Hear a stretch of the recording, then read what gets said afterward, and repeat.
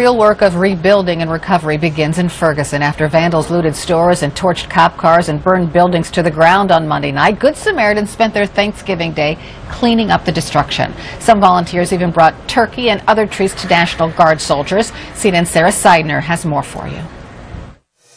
Some of Monday night's destruction finally accessible in the daylight. Show me what democracy looks like! The protesters' call for justice getting lost in the images of destruction created by the few, affecting the many. I have 2 sweet spicy wings. In the wake of the destruction, a glimmer of hope. We're having fun.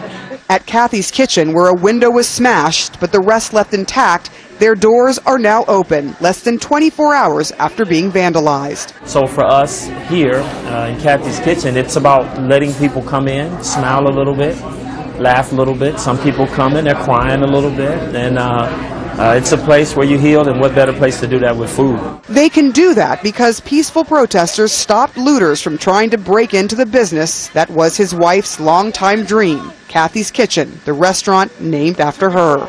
They didn't allow looters to vandalize the building. The new place that we're opening, the barbecue place, we estimated it got about $22,000 in damage. They broke out 25 other windows. Jerome Jenkins is also a coach, teaching many of the young men in this town about basketball and life.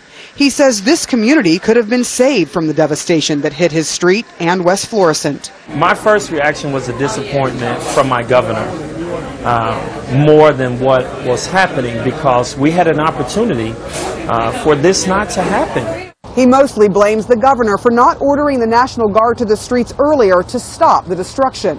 Don't you think, though, there is some personal responsibility that needs to be taken by the people who actually did this and committed the crime? Well, we have to look at it from another point of view.